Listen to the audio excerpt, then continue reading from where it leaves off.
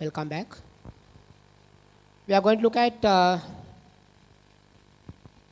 second aspect, which is measurement relating to provisions.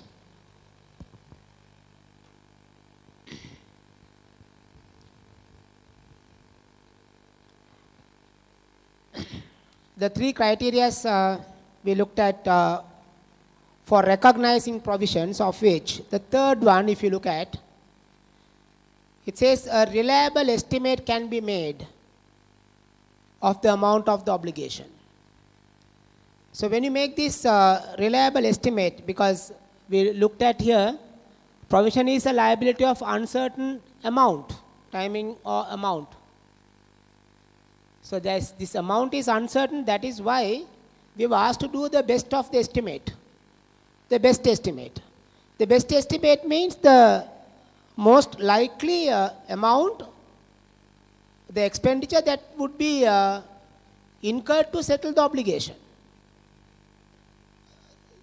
And you have to get that estimate in the best of the possible manner, with, of course, the evidence and the information that is available as at the balance sheet date. Now, say for example, you come to make a provision for gratuity. Now, of course, L case number 19, employee benefits standard, talks about it in greater detail. Yet, for all, if I take that as an example now, say there are about hundreds of people are working in the organization. We are talking about a gratuity provision for them. Actually, the obligation has already arisen, because there are people who have worked more than for 5 years, so obviously the there is a present obligation. Now only issue here is how much of amount that we will have to pay. As of 31st March, we are not paying anything, but we are talking about best of our estimate that is to be made to find out how much we will have to pay as it comes for the payment at a particular point in time. Now, for example, somebody is or has already completed 10 years, but we are not going to make gratuity payment to him today, but we don't know when he will leave. At the time he leaves, we will pay some amount, and we have to forecast that amount. And since it's going to be, if it is going to be in 5 years' time, so we have to take that amount and we have to take the present value of it today. So since the payment is to be made in a time very much in future, in 5 years down the line, then we take the present value of that payment as the best of the estimate that is to be included as provisions in our balance sheet date today. And as you do this best of your estimate, you need to consider risks and uncertainties that are surrounded by the event. Because always when you talk about payment in the future, always the future is surrounded by uncertainties. Risks means there can be deviations. You may think that you had to pay 30,000, but you may end up paying 40,000. That is what is called risks. Possible risks that might take the figure this way or that way, with a lot of uncertainty, because the payment can change because of uncertainties. Uncertainties will shift the payment to another period, or it can make a payment different from what you are anticipating. So these risks and uncertainties have to be taken into account in making the best of your estimate. And the third point is present value, which is given in page number 15. You must apply the present value technique. As I told you, if the payment is going to come in 5 years' time, then you have to take the present value, discounted value of that payment to be made. Take for example,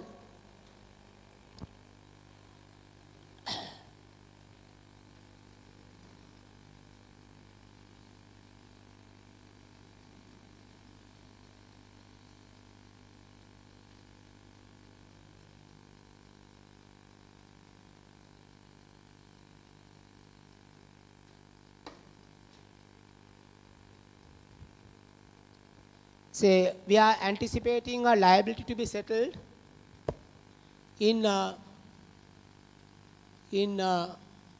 8 years time. In 8 years time. Now the amount, as it comes to the amount, they say there's a 50% probability is there to pay an amount of 2 million. There's 30% probability is there to pay an amount of 5 million, and 20% probability is there to pay an amount of 10 million.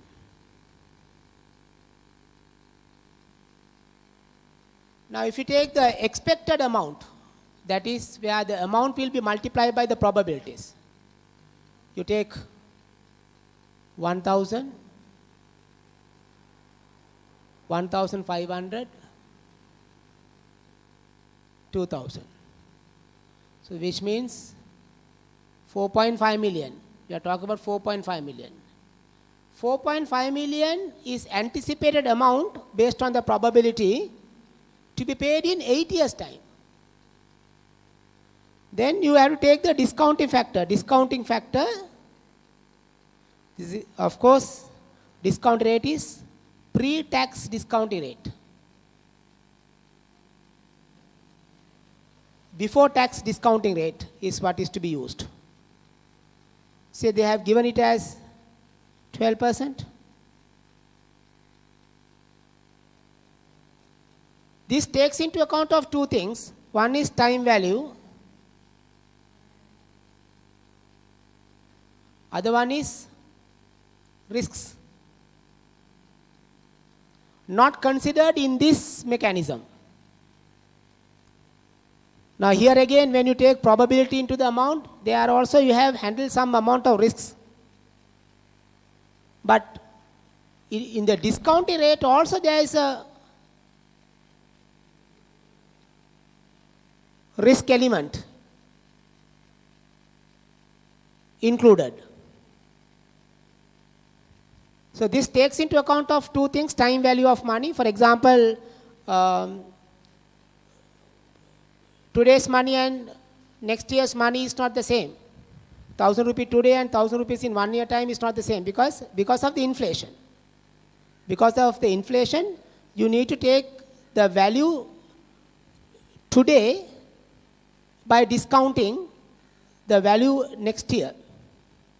So that's why the value in 8th year, which is 4,500, need to be, say 4,500, need to be discounted by 1.12. This is the discount rate, 1.12 to the power 8. If you are to calculate the amount exactly, it comes to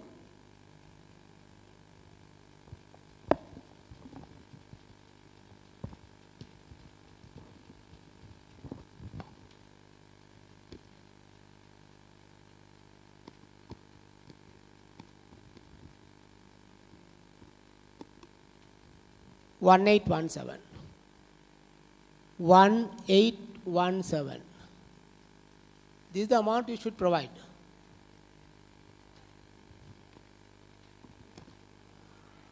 I'll show you now the relevance of these numbers while reading the note. Let's come to third point in page number 15, which is present value. They say, where the effect of the time value of money is material. Effect of the time value of money is material means this payment is to be going to, as per this example, the payment is going to be made in 8 years time. So now to the 8 year period, that time gap is very long. So the effect of the time value calculation is very material in that case.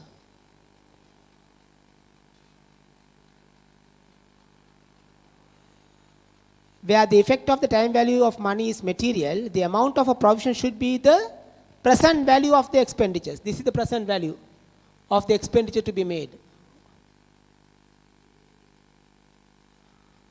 The present value of the expenditure expected to be required to settle the obligation.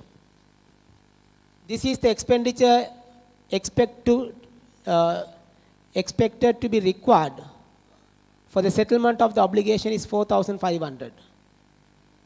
And the present value of that 4,500 by discounting it at 8-year discounting factor of 12% comes to 1,817.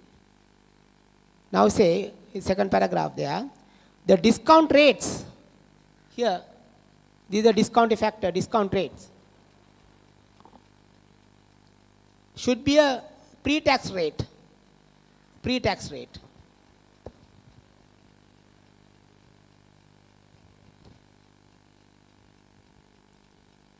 That reflects current market assessment of the time value of money.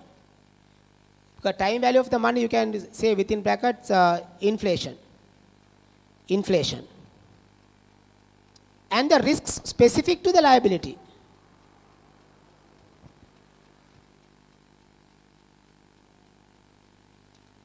The uncertainties and risks surrounded of this value of 4,500 should have been taken within the discounting rate of 12%. Then further they say the discount rate should not reflect risks for which future cash flows estimates have been already adjusted. Now here the certain risks have been adjusted by multiplying with the probabilities. So some of those risks have been dealt already as you arrive 4,500. And maybe some of other risks have not been considered. That part has been considered in the discounting rate. That's how the exercise is completed.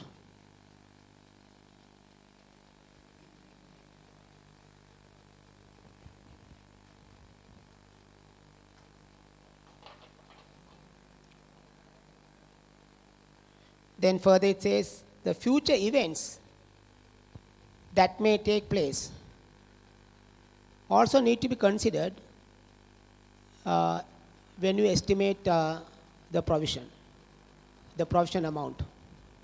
The future events that are likely to happen. Now since we are talking about future events, future is always uncertain. So anything that will happen with higher probability are found to be the ones that should be considered for the estimate. That's why they say future events. I'll give you an example now. Say now we are say contaminating the land, and we are now thinking about cleaning of it. So as we start cleaning up of our land which is contaminated, we are also expecting the municipal council also to take part in this cleaning process of all land area nearby. And since municipal council also is now going to get involved in that, we may probably expect some reduction in our cost,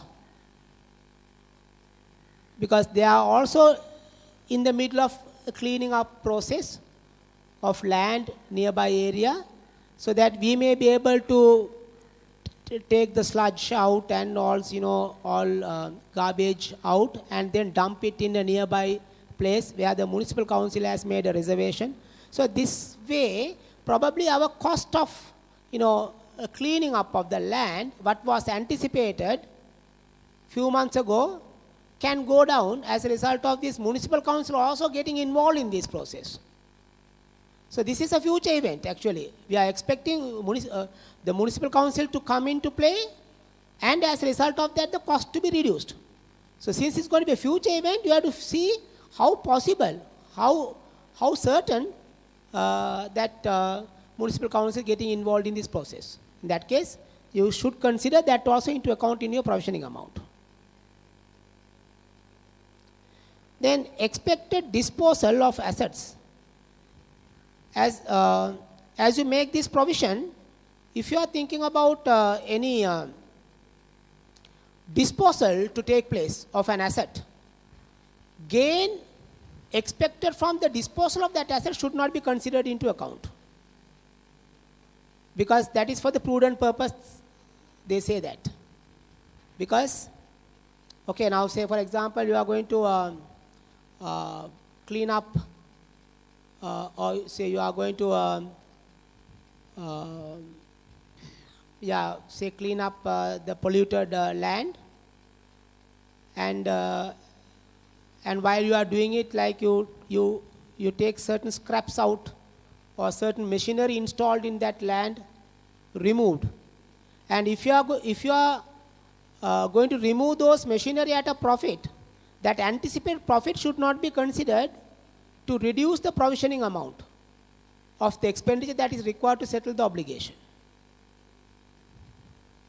Otherwise you may think, okay, we will incur about 200 million rupees for the removal of garbage and all that, and as you remove the machinery, you are expecting a profit of 30 million rupees to come. So you are not going to take 200 million minus 30 million. You must take provisioning amount for the purpose of provision, you take 200 million, but anticipated profit on the disposal of the machinery should not be taken into account until you dispose the machinery at real times. Then reimbursement of expenses,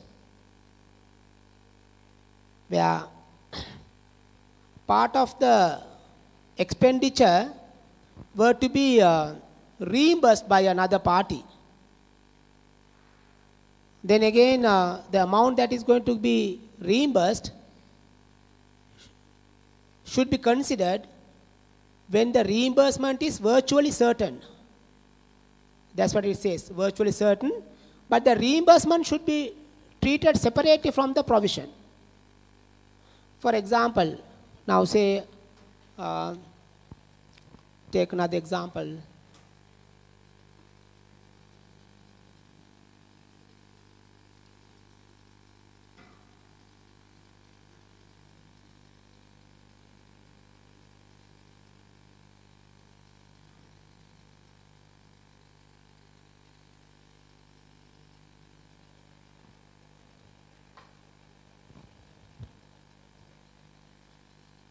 Your company B, company A has supplied goods to you and you have supplied to C. Now C has filed a case against B, that is you, asking for 10 million rupees. 10 million.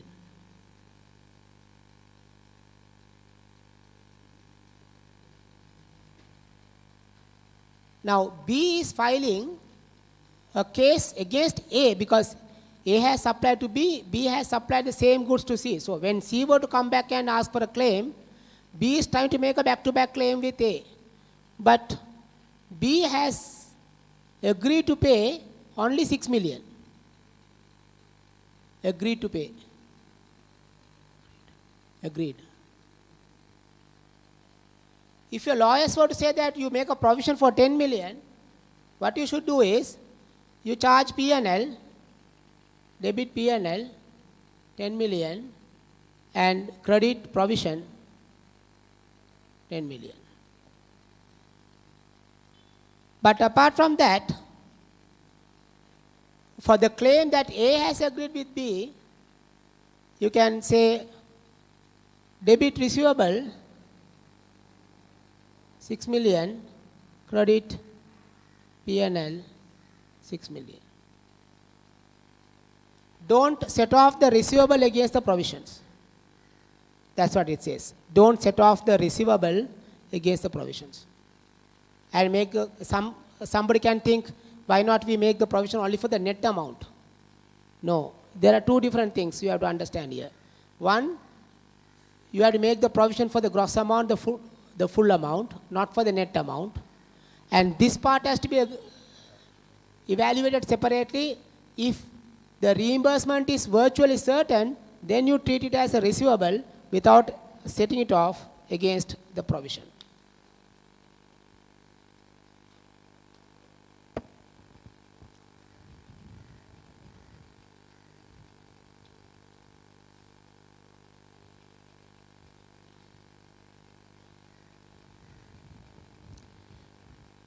then a provisioning amount always be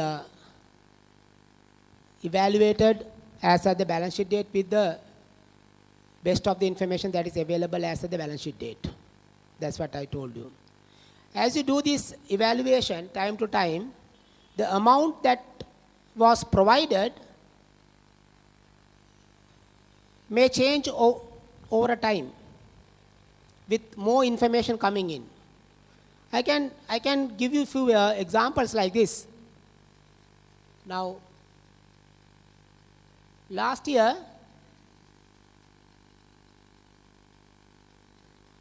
take like this.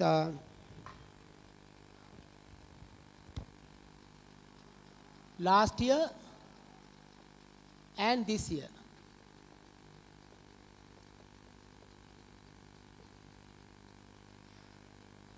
Last year it remained as a contingent liability. Contingent liability. Because when you looked at it last year, it was a possible obligation, not the present obligation last year. So that on that note, the company has considered it as a contingent liability. Now come this year, with more information coming in, that possible obligation has now become a present obligation. And that requires a provision to be made. So last year it was not a provision, nothing was stated in the accounts, but it was just a note, disclosure about contingent liability. This year it becomes a provision. This still become a provision. Last year it was a provision, but this year it is just a contingent liability.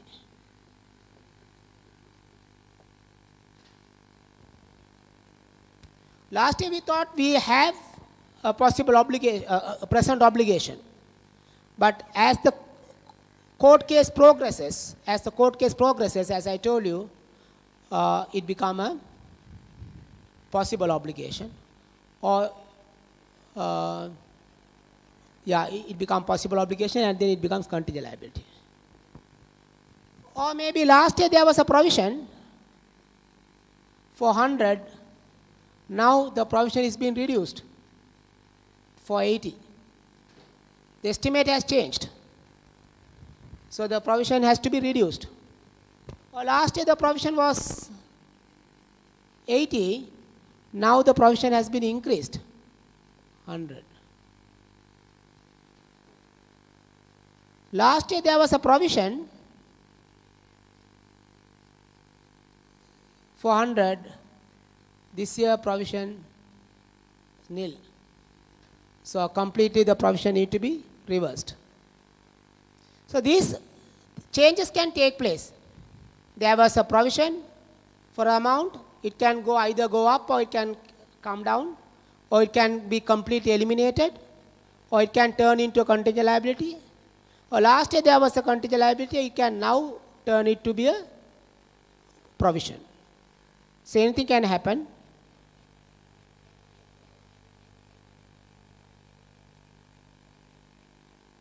That's why it says the provision should be reviewed. Provision should be reviewed each balance sheet date and adjusted to reflect the current best estimate. If it is no longer probable that an outflow of resources embodying economic benefits will be required to settle the obligation, the provision should be reversed. In the use of provisions,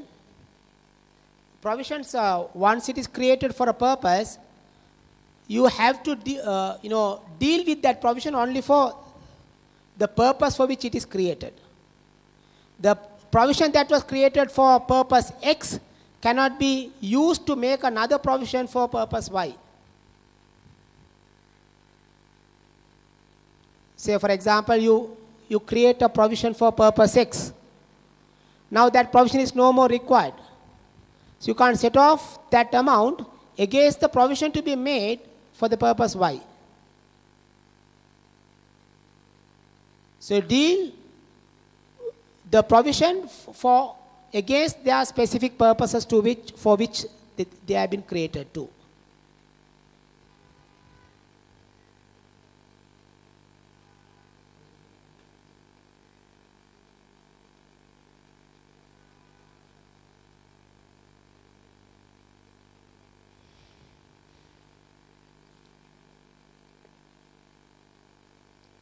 Then,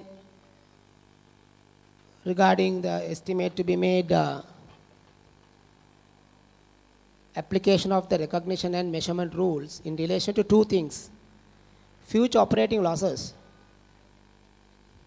Now, you have to be very careful in this when you make this judgment about a provision should be made or not.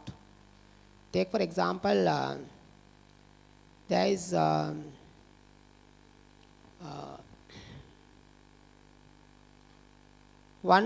the entity is anticipating to make losses in the next 1 year.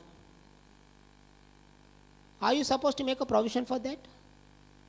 You are going to make losses. Okay, you do your forecast, you do your budgets and all that. Now it can be very well seen that the company is going to make 30 million loss next year. But are you going to make that amount as a provision this year? Anticipated losses? No. Because always remember, provisions are made only when there is a present obligation. And that obligation, to settle that obligation, you will have to spend some money. Now, future losses are not obligations as of now. If you want, you can wind up the business and shut it down. Or you may take a different route and then change that loss situation to a profit situation. So therefore, what is to come in the future, you deal with it in the future. If it's not an obligation as of now, don't be bothered about it.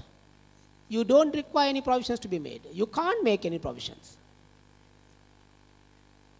And also similarly now, the planned maintenance of machinery. You are going to maintain the machinery for which you are going to spend 10 million rupees in the next year. You are not to make a provision today for that 10 million. Because you have no obligations to that, to do that. As you come there, as at that point when you spend, you take it to the P&L as a charge. But don't make a charge to the P&L today and then make a provision for that planned maintenance cost. Now say an aircraft need to be overhauled every 5 years. So we have now completed 3 years. In 2 more years' time, another overhaul has to take place. So wait until that period comes. You are not going to anticipate that amount and then make a provision now, because you are not under obligation to do the overhaul as of now, as at the balance sheet date. In 2 years' time, okay, then 5 years is completed. Now aviation authority will come and say that you need to overhaul the aircraft, otherwise we can't let it fly. That is the point at which the obligation has arisen to do the overhaul, but not 2 years before. Therefore, please take all these things very carefully into account. Always the question that you must ask to yourself is whether there is present obligation.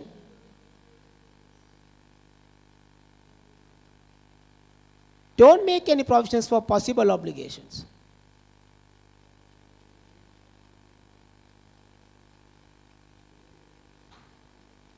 Then that other point I have already discussed. A provision shall be made against onerous contracts. Onerous contracts are those contracts, going back to that very early learning of your previous video. When the cost of meeting the obligations under a contract to exceed the benefit to be received under that contract.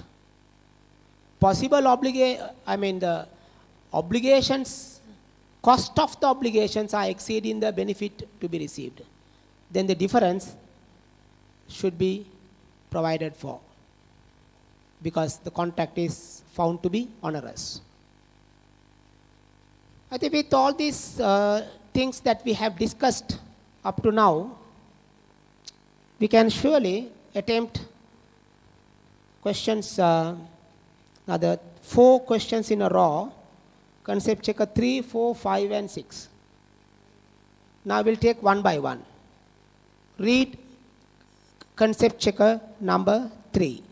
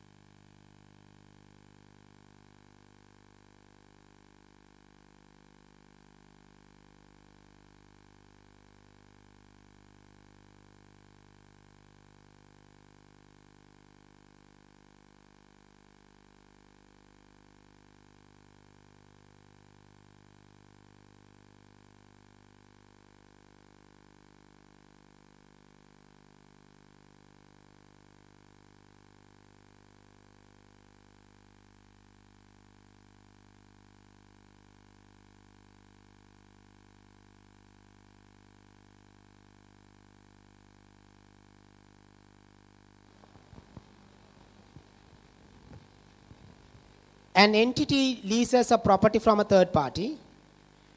The lease is an operating lease and has a 10-year term and rental for 50,000 a year. Thus, the total contract cost is therefore 500,000 rupees. That is 10 into 50,000 a year. So you have obligations to pay on the property up to a sum of 500,000. Entity doesn't occupy the property but has arranged a sublease at a rent of 30,000 a year for 10 years. So the benefit to be received under it, then how much? Total revenue receivable from the sublease is 300,000. So cost of the obligation is 500,000. Cost of obligation 500,000. Benefit to be received 300,000. Then the contract is found to be onerous, and provision should be made for 200,000 for the time being. But they say the penalty for exiting the lease and the sublease is 150,000. So actually here the difference is 200,000. But penalty is 150.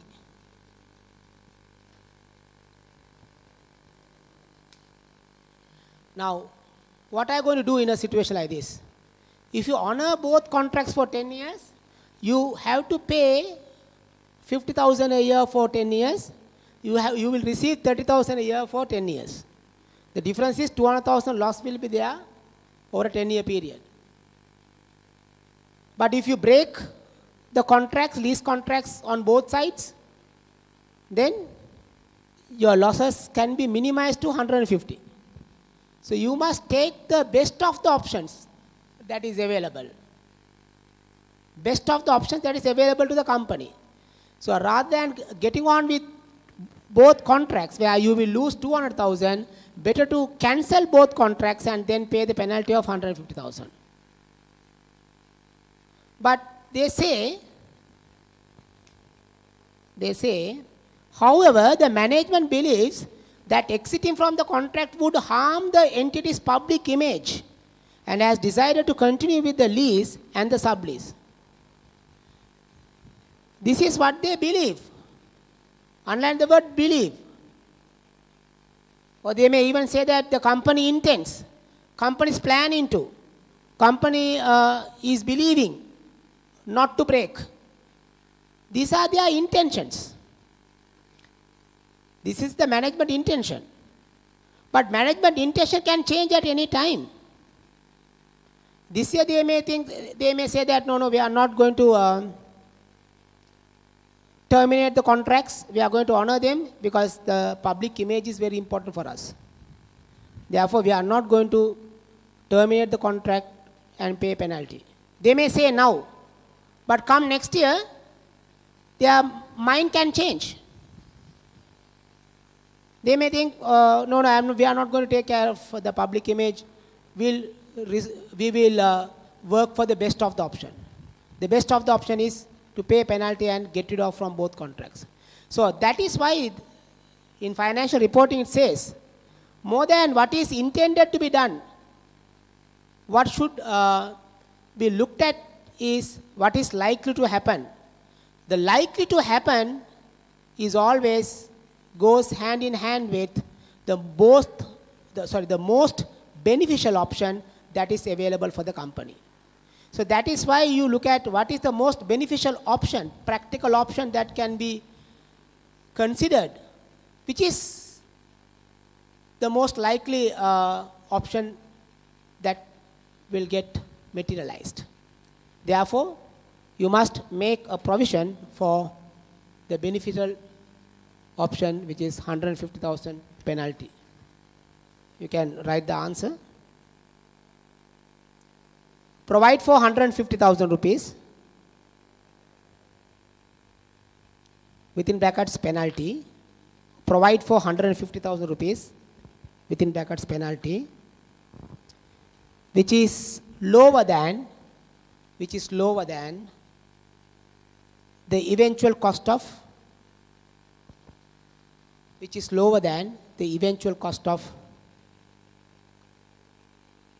continuing with the leases.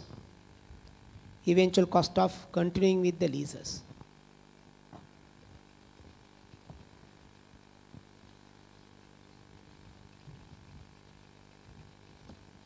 We will come to concept checker number 4.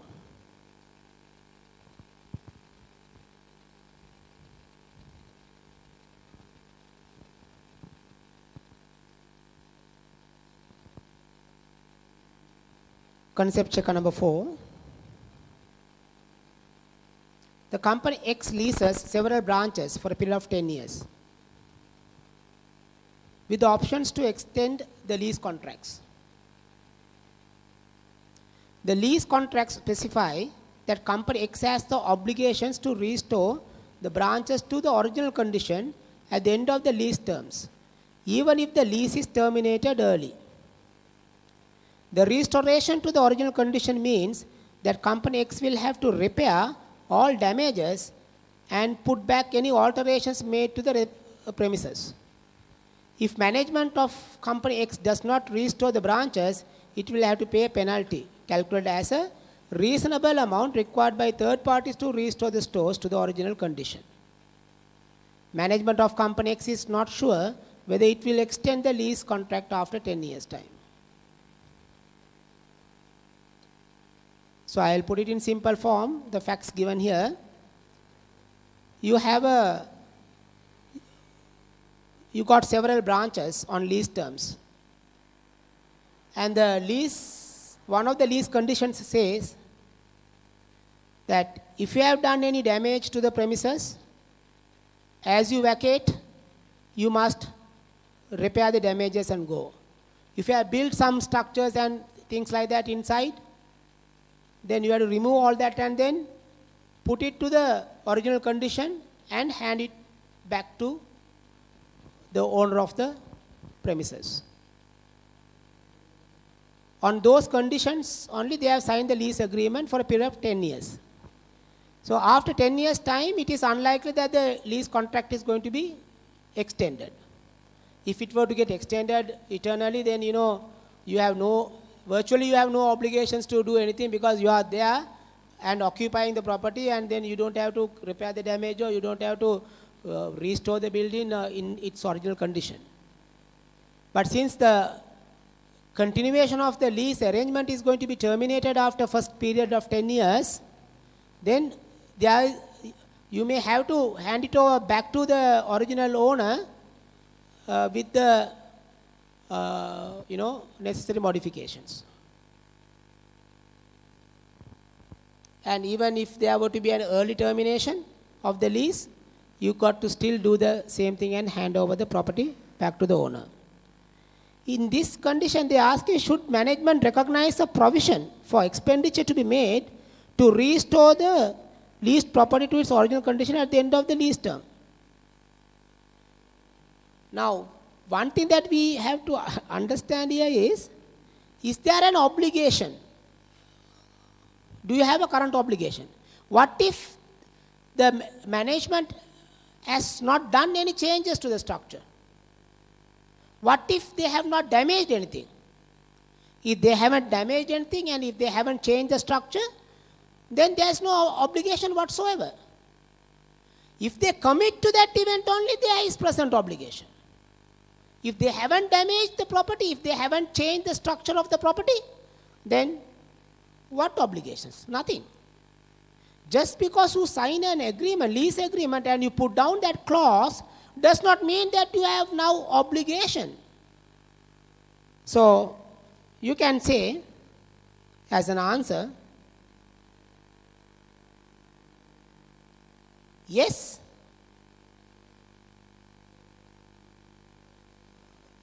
My answer is yes.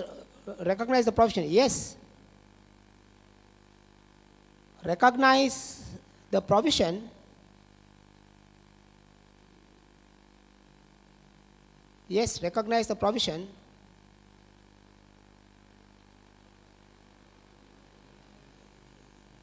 For the necessary amount.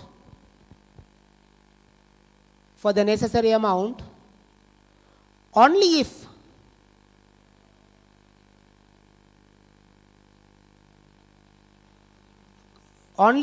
the company has caused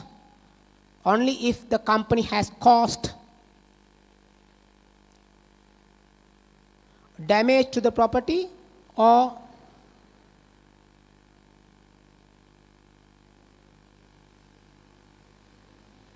done any alterations to the property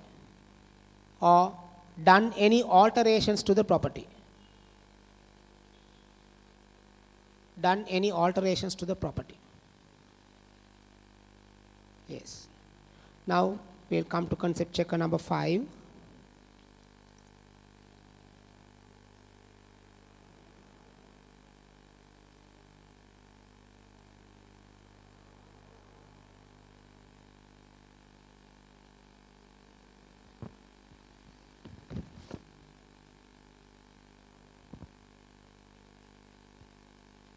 An entity operates a coal mine. Its licensing agreement requires it to remove the machine used for mining coal at the end of the production and restore the land.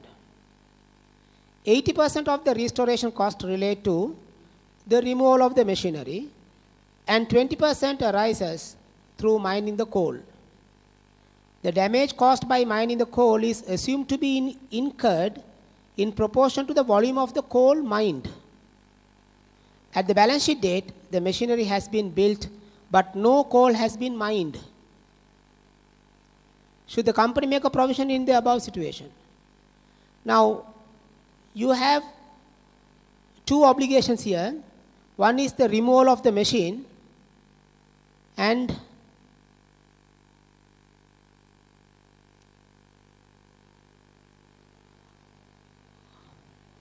restoration of the land actually is linked to two things. One is the removal of the machine or the fixing of the machine. Second thing is production of coal. So out of the eventual expenditure, 80% of the expenditure is required to remove the machine and 20% of the expenditure is required as a result of mining of the coal.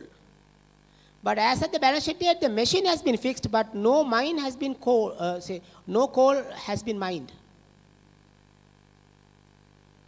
Right? So then you have your obligations only applicable to the part of removing the machine. Because since the coal has not been mined, there's no cost to be incurred on it as at this balance sheet date. So you can say the provision shall be made only up to the 80% of the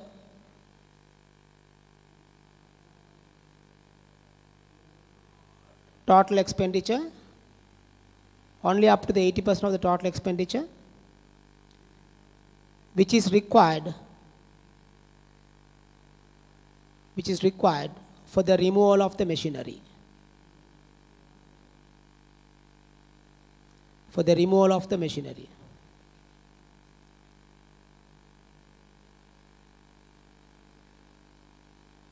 Full stop and say the balance 20% cost. The balance 20% cost is not required to be provided. Is not required to be provided.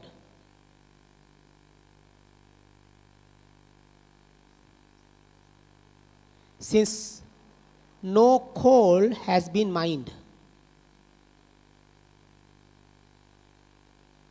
Since no coal has been mined up to the balance sheet date. Up to the balance sheet date.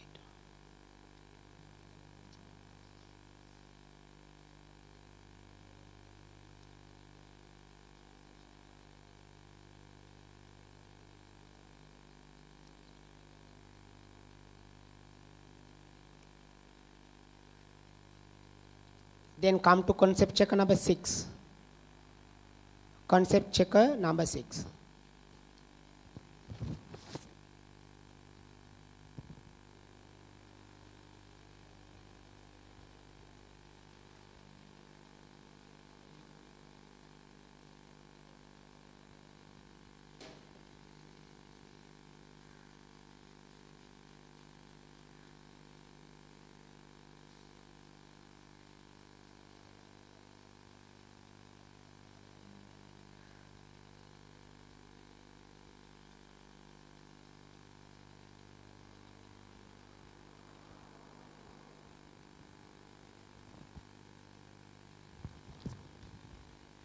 An enterprise sells goods with a warranty under which the customers are covered for the cost of repairs of any manufacturing defects that become apparent within the first 6 months after purchase. If minor defects were detected in all products sold, repair cost of 1.5 million would result. If major defects were detected in all products sold, repair cost of 7 million would result. The enterprise's past experience and further expectations indicate that for the coming year, 75% of the goods sold will have no defects. 15% of the goods will have minor defects and 10% of the goods will have major defects. The enterprise assesses the probability of an outflow of the warranty obligations as a whole. So you have to apply the probability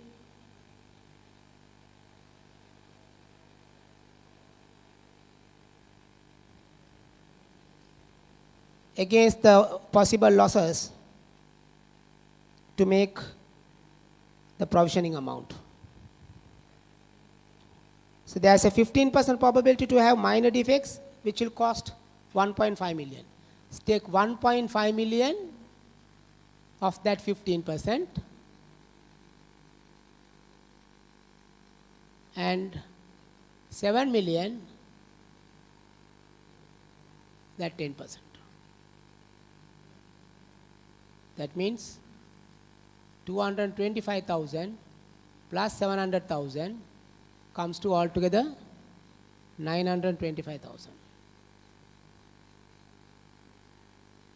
A provision should be made for 925,000. Now see, look at this example very carefully. Why, you may think, why is there a present obligation? This question, I said you have to ask this question to yourself always before you decide whether you should make a provision or not. Now, what is the activity going on? You are selling. You sell goods with warranty.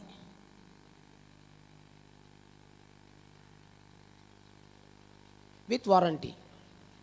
Now, you will have obligations only if the warranty were to be claimed by the customer, which means if the defect were to be found. So assume that you supply goods with no defects at all. Then do you require any provision? No. But how do you know whether you have supplied? Now this is a situation where you have supplied, and as at the balance sheet date, we don't know how many of the goods that you have supplied will get returned with defects. There can be a possibility that nothing will get returned. There can be possibility only 10% might get returned.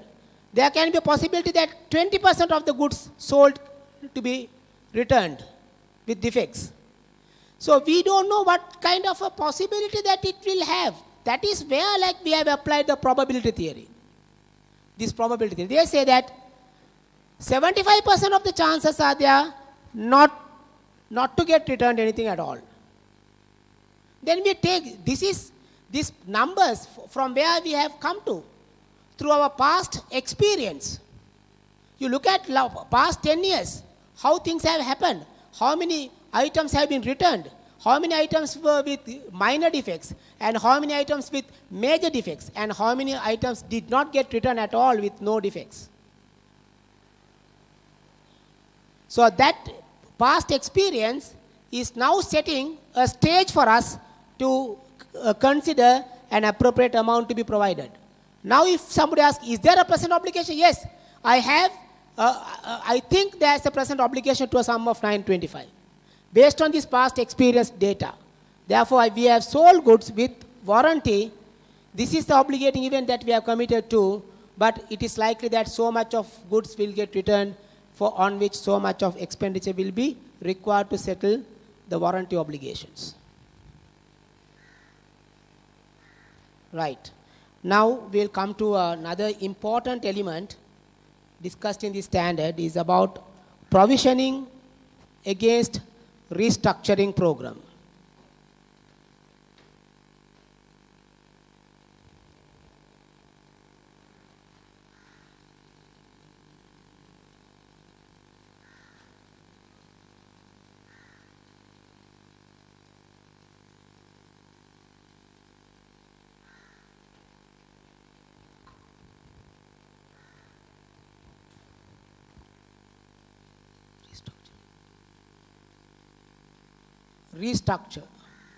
Restructuring. The question is about, first of all, we will we will learn what is meant by restructuring for the purpose of this standard.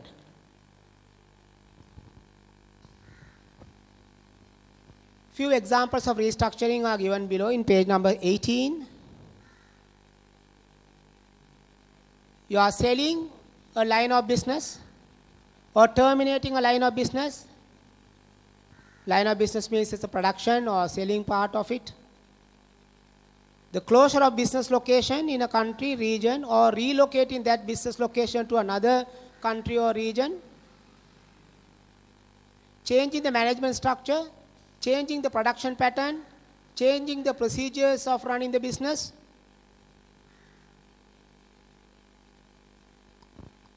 Fundamental reorganizations that have a material effect on the nature and the form of the enterprise's operations. These are examples for restructuring. You know very well that why companies tend to do restructuring, because the way things are going on may not be the best way of doing the business. Some products may not be giving positive contribution. So they may decide to stop that production and selling.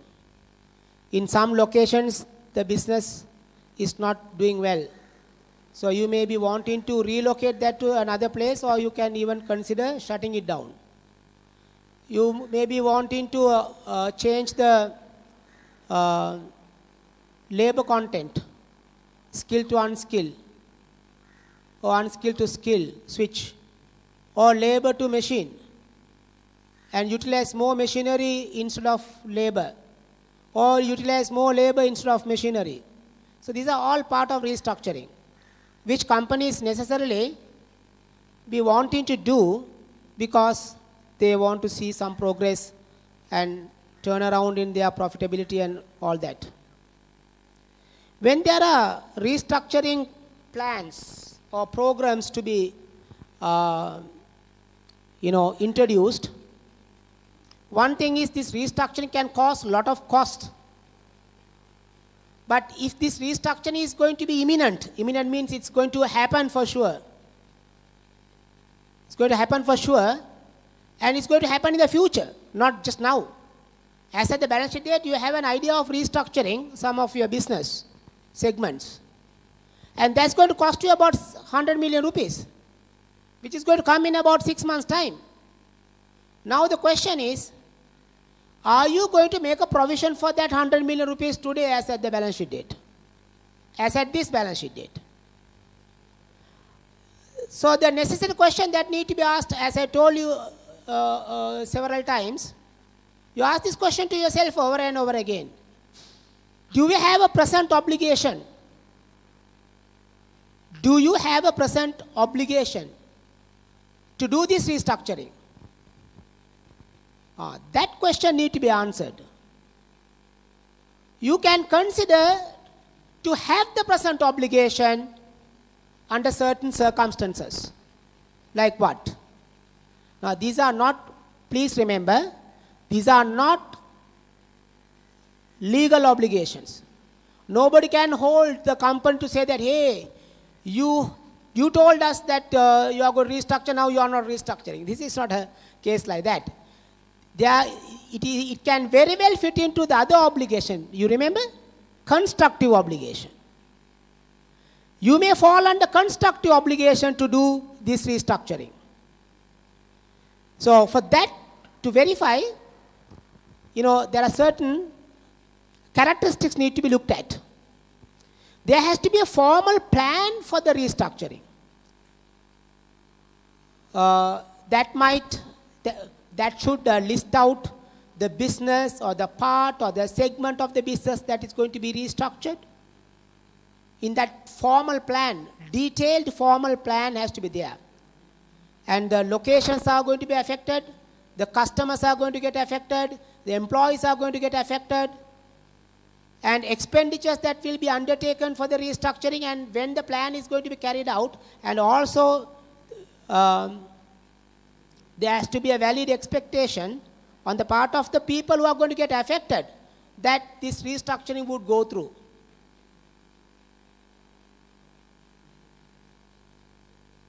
What all these things are telling us about? When you have a detailed formal plan, one thing that I can say, the plan is very serious. Otherwise, the board and chairman and all people can talk about restructurings. They can come and talk about it and go. In the next board meeting, they may forget it. Or they may talk about the restructuring program as always, but nothing they put on into action. So, which shows you make a provision for unnecessary purpose in that case. They were talking about restructuring, but nothing has been identified clearly. What segment, what business, what product to be discontinued, who and who are going to get affected. So, no formal plan at all means provision would not be made, because I don't think that company is serious about it. That is why they say that, hey, check whether you have a detailed formal plan. When you have a plan, then you are sure about the plan coming into action. Number two, the people who will get affected, especially, have to be notified. Now, say the customers have been told, hey, look here, from next September onwards, this product Y is not there for you. We are going to stop production. They have informed them in writing. So what it says, once again, they are very serious about it, of taking it through. And number three, and then also maybe the employees who may get affected. Now you are going to substitute labor with machinery. So some of the labor, the people who are going to get redundant are going to be laid off. And they have been informed. So that means the company is more serious about taking through this restructuring program.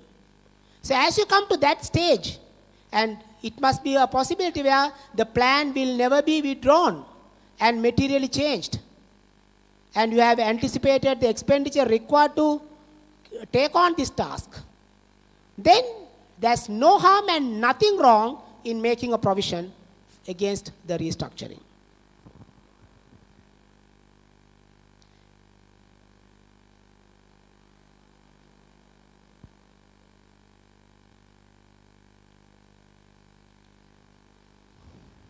So thereby you create a constructive obligation on the part of restructuring the organization. And once you ascertain the cost expenditure relating to the restructuring, which expenditure should be provided for.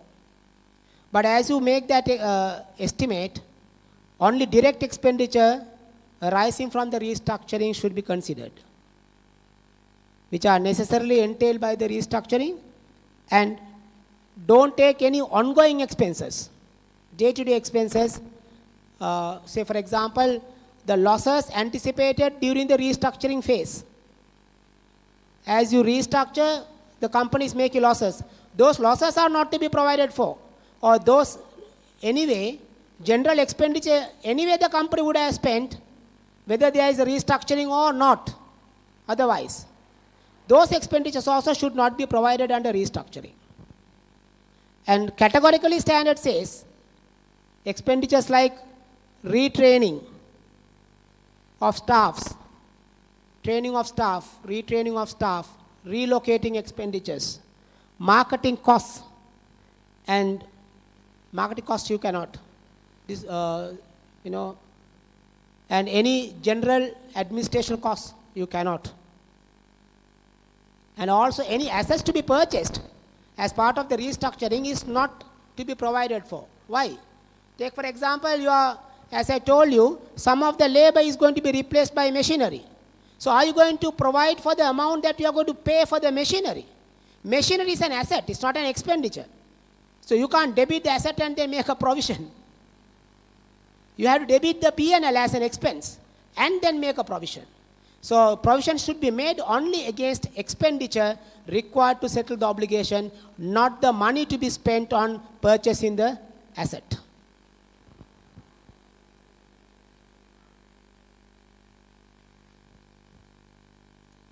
I think if that part is clear to you, we can attempt concept check number 7 and 8 before we come to our final sections of the standard.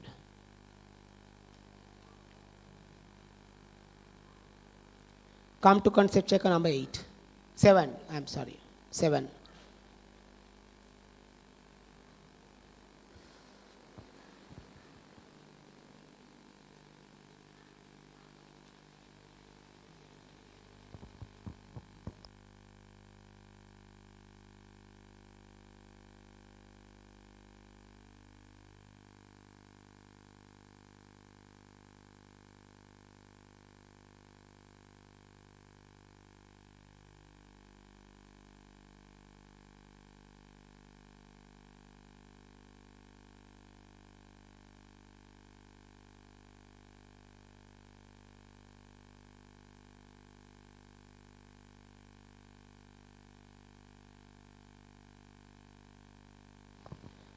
The managing director of your company is of the view that the company will start restructuring on 1st August 2013 and it is likely to take 2 months to complete.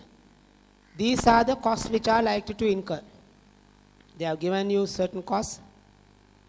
20 million in staff redundancies and other direct restructuring costs.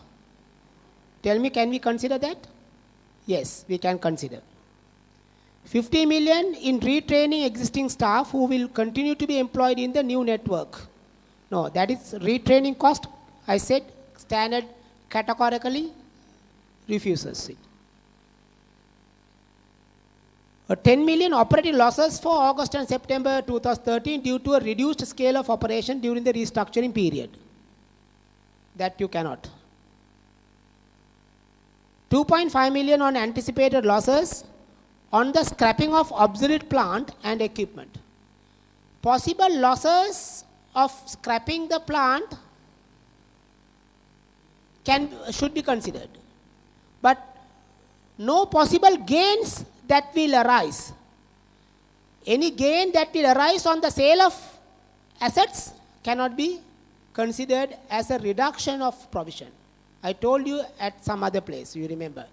The gain on disposal of assets should not be considered in estimating the amount of provision. Then they say, so fourth one we can, 2.5 million anticipated losses you can take. There is all party offset by a probable 4 million profit on the sale of surplus property.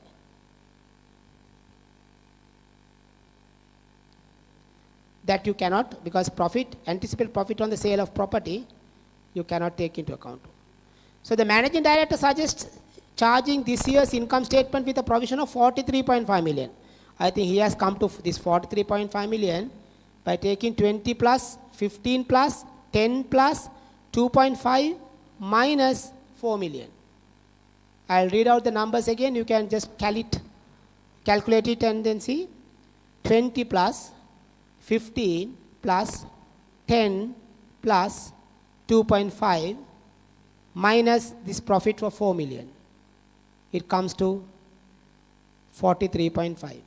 That is the estimate that he is trying to make for the provisioning against restructuring program. Discuss the implications of the above proposal in relation to compliance with the standards. I can comment about the provision should be made, if at all, for 20 plus 2.5. You can say provision should be made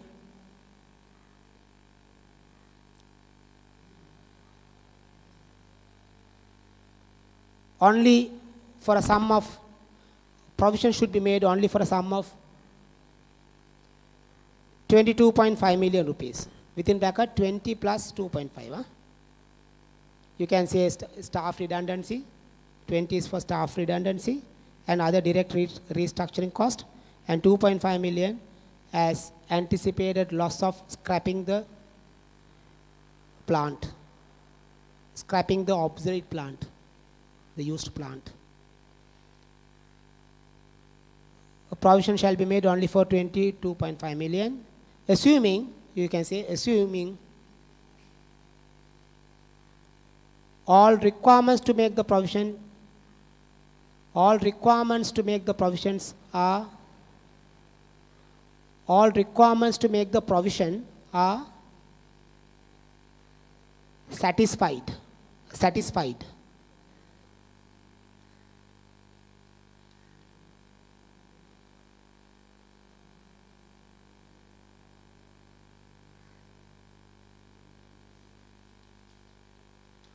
Right. Now let's come to question number, concept checker number 8.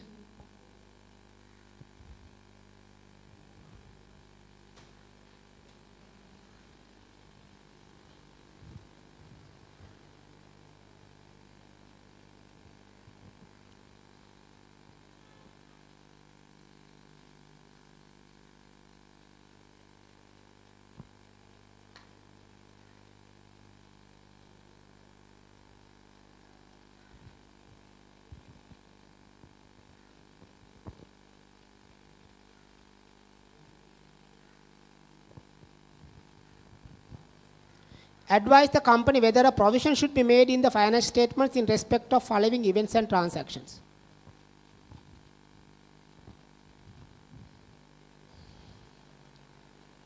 Take A.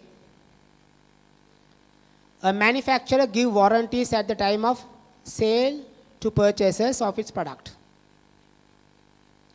Under the terms of the contract for sale, the manufacturer undertakes to make good by repair or replacement manufacturing defects that becomes apparent within 3 years from the date of sale. So that is the warranty that they have given to make it good by repairing or replacing the defected items. On past experience, this is important, underline the word past experience. That is the evidence we have. That is the basis on which we come to this judgment to make the provision. And they say it is probable, underline the word probable. that is more likely than not that there will be some claims under the warranties. So then you can say a provision shall be made for the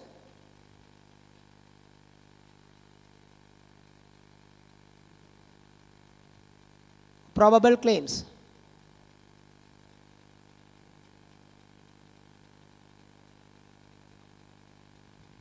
A provision shall be made for the probable claims.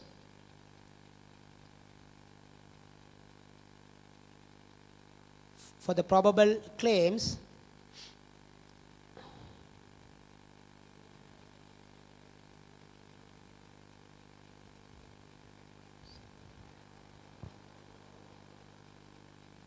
arrived on the basis of past experience. Arrived on the basis of past experience.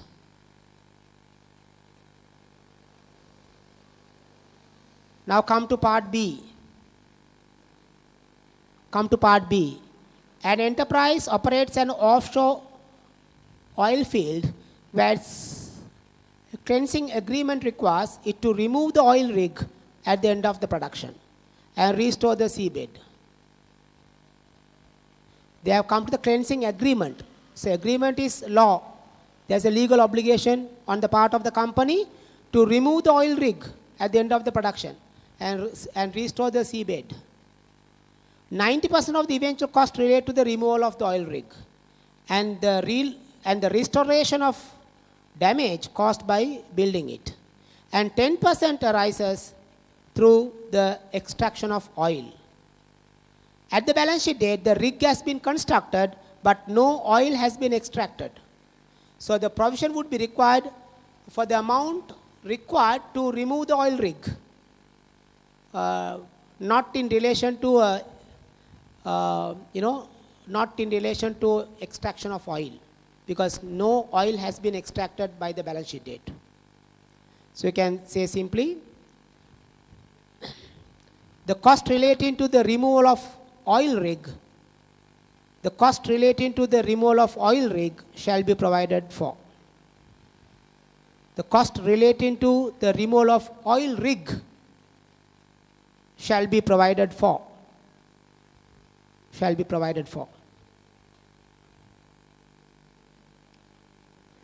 Let us come to part C.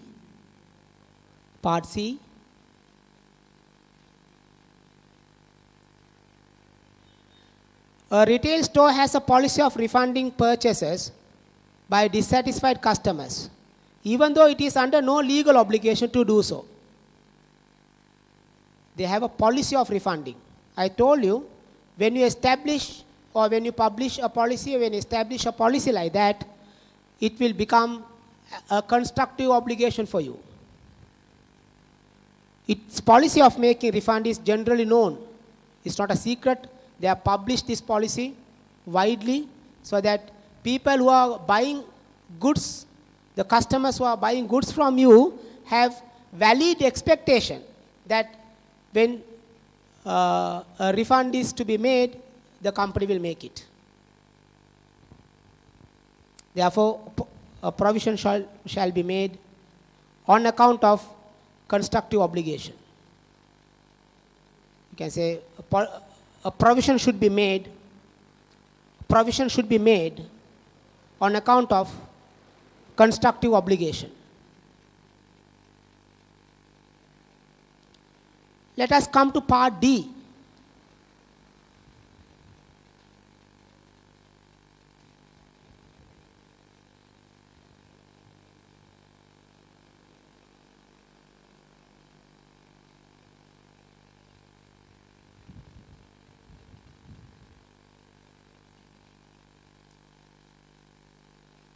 After a wedding in 2018, 10 people died, possibly as a result of food poisoning from products sold by the enterprise.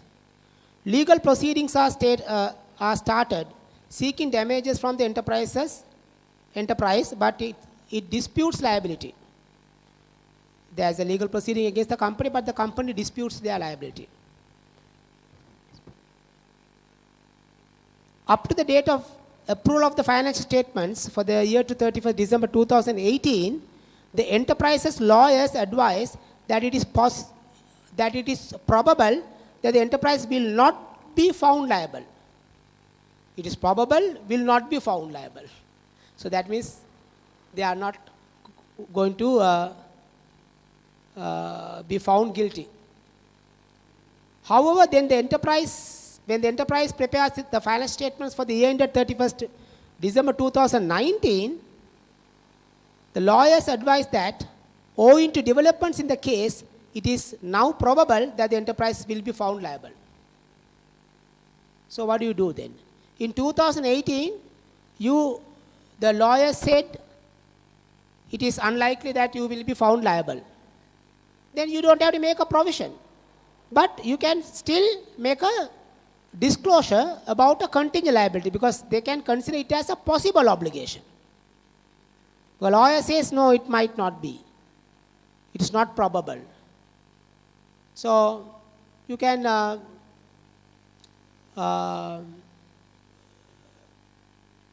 make a disclosure as a contingent liability in 2018.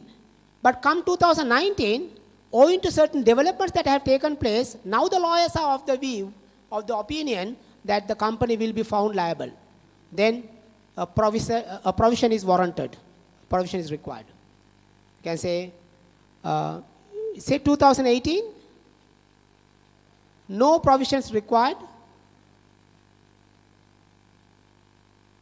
comma, no provision is required, comma,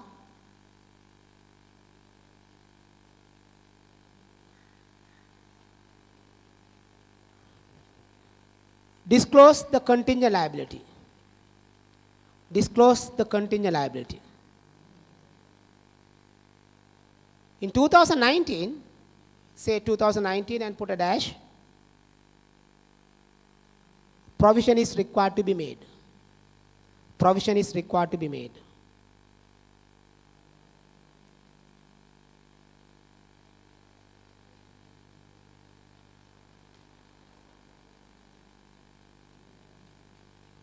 Then part E, management is planning a maintenance program at one of the entity's old offices in years' time. The cost is estimated at 10.4 million. This is not a restructure, it's a maintenance program. So you don't have to make a provision for the cost to be incurred on a maintenance program that is going to come in 1 year time. Because there's no obligation on the part of the company. No constructive obligation, no legal obligations. Therefore, no provision is to be made. No provision is to be made since there is no present obligation. Since there is no present obligation.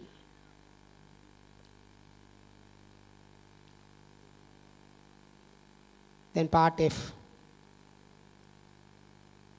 A furnace has a lining that needs to be replaced every 5 years for technical reasons. At the balance sheet date, the lining has been in use for 3 years. Again, no provision is required. I told you the reason. Because, replacement of the lining of the surface of the furnace is not coming as an obligation at this point. It needs to be replaced every 6 years, every 5 years. So as we come to that particular point in time, the company has to decide whether they are going to go ahead with it or not. So otherwise, there is no obligation on the part of replacing the lining of the furnace. So no provision is required. Then part G, this also has been discussed earlier. An airline is required by law to overhaul its aircraft once in every 3 years. You don't have to make any provisions. As you come to that point, when you do overhauling, then you charge the expenditure to the P&L. That's it. Now I think you got a very clear knowledge about when to make provisions and how to ascertain the amount to be provided for. That is what we have considered. If I were to go to your original in the previous video, you have this part I started with it. L case number 37, provisions, contingent liabilities and contingent assets. And I said there are three aspects to be looked at: recognition, measurement. Actually, 95% of the content of the standard is all about recognition and measurement of provisions. These two are very minor matters, I told you at the beginning itself. We have now covered these two: how to recognize a provision and how to measure a provisioning amount. Disclosure is yours. You can just go through the standard book and find out what disclosures to be made. Therefore, I am not interested in covering that part. It is just there in the book. Now we come to these two. What are contingent liabilities and what are contingent assets? Let me first touch upon the contingent liabilities. Now I told you, provision is a liability of uncertain timing or amount. Now we come to talk about another item below, which is contingent liability. Contingent liability is a possible obligation. Underline the word possible obligation. So the moment when it becomes a possible obligation, it got rid of from provision. It cannot be a provision. It just goes out of the provision, because the possible obligation is not a present obligation. Mark that word. That's a very important word.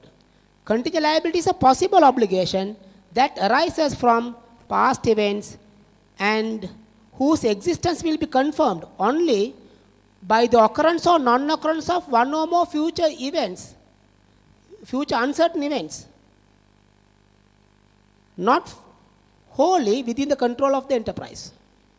It's simply to say that, contingent, always the simple meaning of contingency is what? Contingent means you are not sure of happening or not happening. May happen, may not happen. That is called contingent. So that's why it says that it's a possible obligation. Obligation may arise, not just obligation has arisen. Obligation may arise upon one or more future uncertain things, on the occurrence of one or more future uncertain events that are falling outside the control of the enterprise, not within the control of the enterprise. If something is within the control of the enterprise, yes, you are not there to dilly-dally and say that, okay, may not happen, may happen, and like that. Because it is within your control and you can decide whether you want it or not. But if something were to, happen on the occurrence of one or more future uncertain things on which we have absolutely no control whatsoever, then it is absolutely contingent liability. It's a contingent event. So it is contingent liability is a possible obligation that is arising on the occurrence or non-occurrence of one or more future uncertain events which are not falling within the control of the enterprise. So one important word that you have to pick there is, as I told you, the possible obligations are directly coming under contingent liability. It's not a provision. Then further to say, contingent liability is a present obligation. Now you underline the present obligation. Now see, how a present obligation can come within the definition of contingent liability. I said present obligation is either liability or a provision. But even the present obligation can fall into the category of contingent liability because it is not probable, underline the word not probable, that an outflow of resources embodying economic benefits will be required to settle the obligation. Underline the word not probable. Or very rarely, the amount of the obligation cannot be measured with sufficient reliability. Underline the word cannot be measured. So now it's simple to understand. Contingent liability can either one of these. Either it is a possible obligation, not a present obligation. Then it is contingent liability. Number two, it is a present obligation, but either it is not probable of enterprise or other flow of resources embodying economy benefits would be required to settle the obligations. It is not probable. If it is probable, then it will come under provision. Since it is not probable, it is under contingent liability. Then, or it can be a present obligation, but the amount cannot be measured with sufficient reliability. So now it's a time to look at something like this. These 4 items. What comes to the top is liability.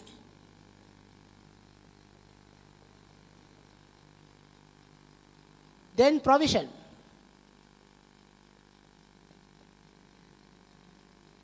Then contingent liabilities.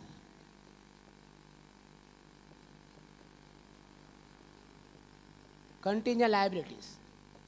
Then nothing. Nothing means do nothing. Now I'll take a summary of it. Now say you have a present obligation.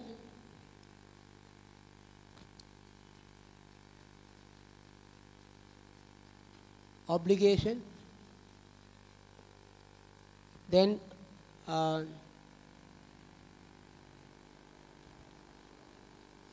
flow of resources,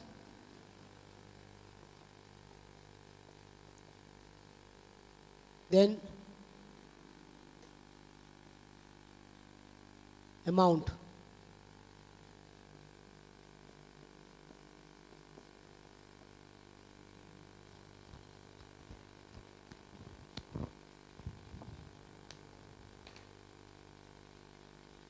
Now say a liability,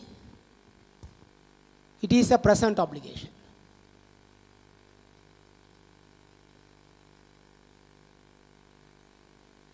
Flow of resources, definite. I can say certain.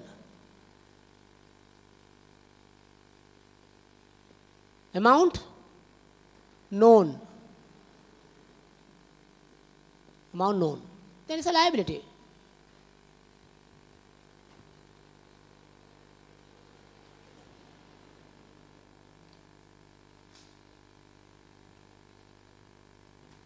Then as it comes to provision, you have still a present obligation. Either legal or constructive, here also legal or constructive obligation. When we talk about flow of resources, we are talking about probable. More than 50% is likely to happen, or otherwise you can say it is more likely to happen than not. Amount, you can make reliable estimate. Reliable estimate.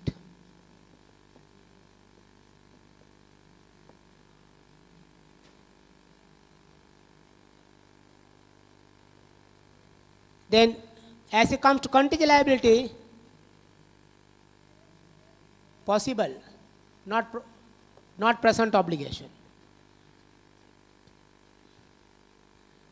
Or then if it's possible obligation, you don't have to look at these.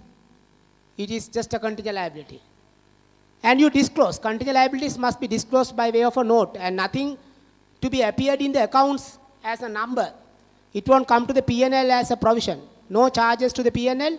Nothing will appear on the balance sheet. But somewhere in the notes, you can just bring it to the notice of shareholders regarding the possible obligations you have.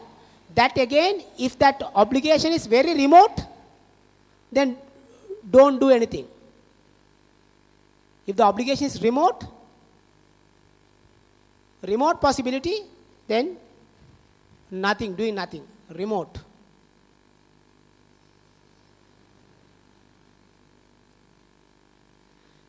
but there is a present obligation. Look at this part, is very important. And this is not probable.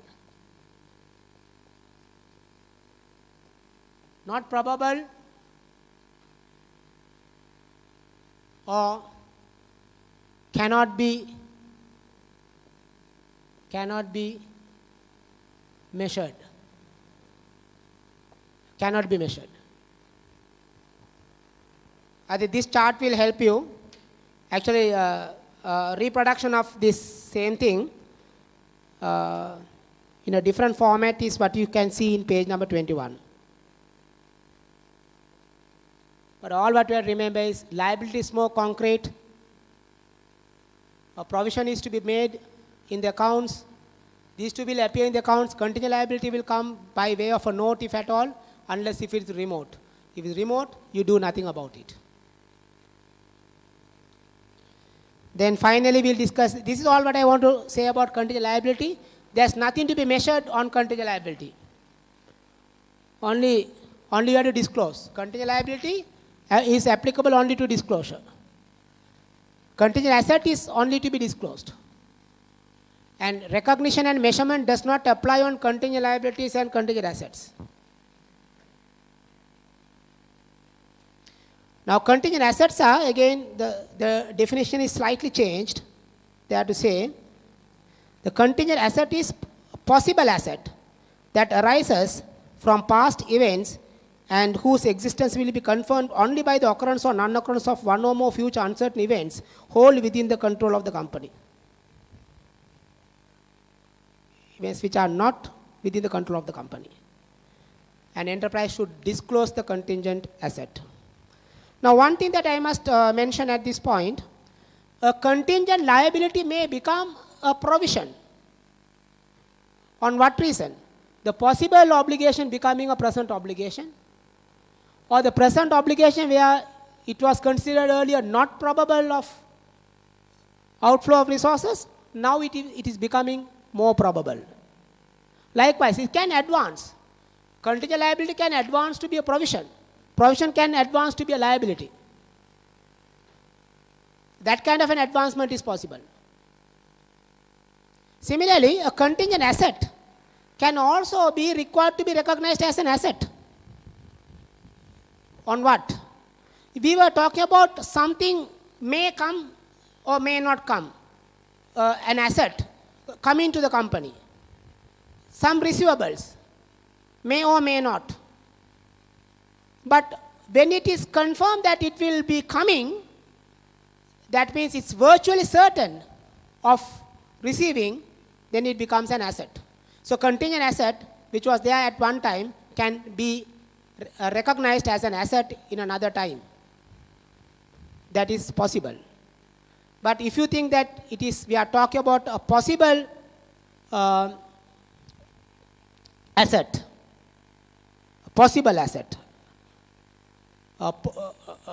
there is a possibility of receiving something, but whether we will receive or not is going to depend on the occurrence or non-occurrence of one or more future uncertain events which are falling completely outside the control of the company. So, having said that, I would like you to look at these last two concept checkers before we conclude this session very quickly.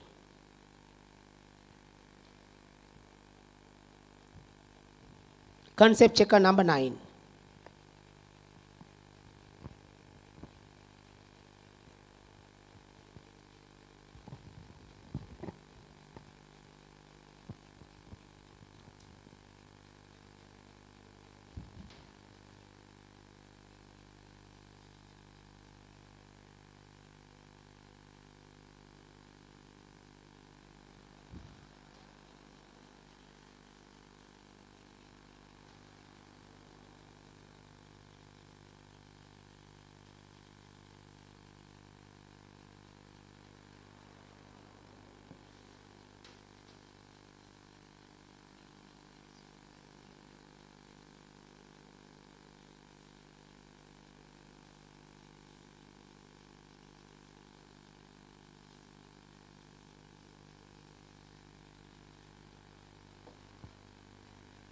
The company has established a new manufacturing operation in relation to which the following payments have been made.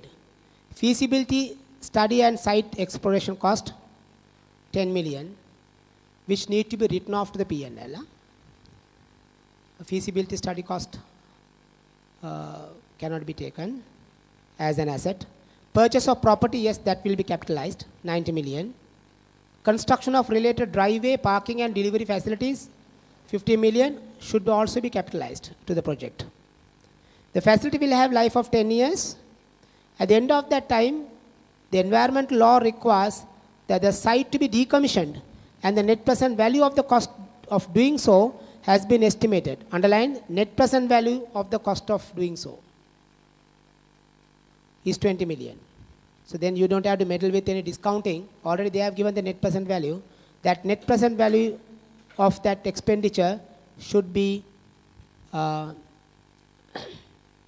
capitalized to the asset, and along with that, the corresponding other entity should be recognized as a liability. This is the anticipated cost of decommissioning, which was discussed. You can remember when I discussed LKS number 16, property, plant and equipment standard also, I said anticipated cost of decommissioning the plant and restoration of the land or the property should be considered. The present value of such anticipated cost of decommissioning the plant should be considered as part of the asset, and you need to make a provision. This is not a liability, but we make a provision. At the end of each and every financial year, you must reassess this provisioning amount and move on. Let's come to the last concept checker, number 10.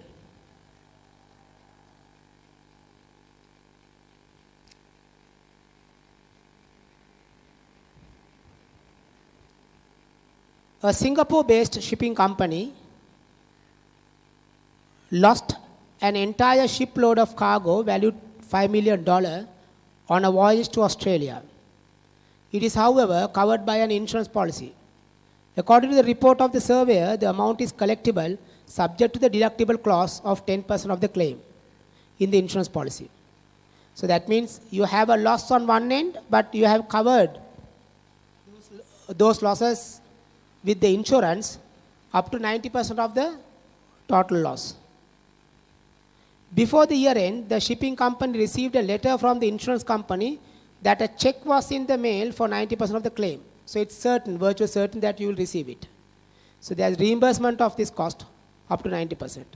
The International Freight Forwarding Company that entrusted the shipping company with the delivery of the cargo overseas has filed a lawsuit for $5 million, claiming the value of the cargo that was lost on high sales, and also the consequential damages of $2 million resulting from the delay. It is probable that the shipping company would have to pay the $5 million, but it is not remote. But it is a remote possibility that it would have to pay the additional $2 million claimed by the International Freight Forwarding Company, since this loss was specifically excluded in the freight forwarding contract. So actually, the freight forwarding company, as per the contract signed, they are not entitled for any consequential losses. But for the loss of cargo, 5 million, they can claim. On one end, they can claim the cargo value, but at the same time, you have done a back-to-back insurance cover against it. So provision shall be made for $5 million.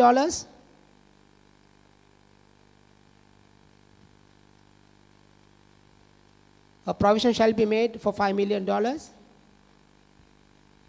Double entry, debit P&L, credit provisioning. Credit provisioning for cargo loss. Provisioning for cargo loss, $5 million. Then the next entry, since it is virtually certain that you will be getting the insurance claim, then you can say debit insurance receivable, debit insurance receivable,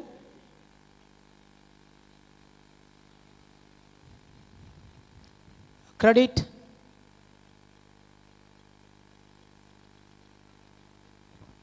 P&L, that you can set off that loss 5 million to 4.5 million, but don't set off the provision. Provision will appear as 5 million. So ultimately the net thing will be P&L debit 0.5 million, insurance receivable debit 4.5 million, and credit provision 5 million. This is the net entry that you would see out of it.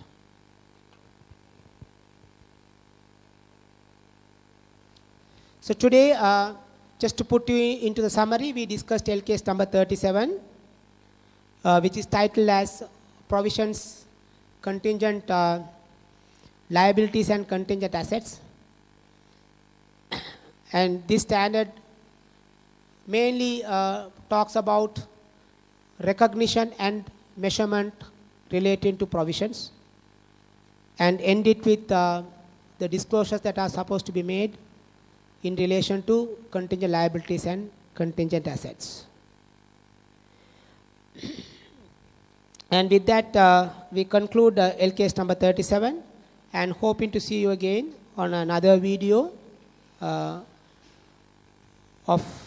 another accounting standard. Thank you.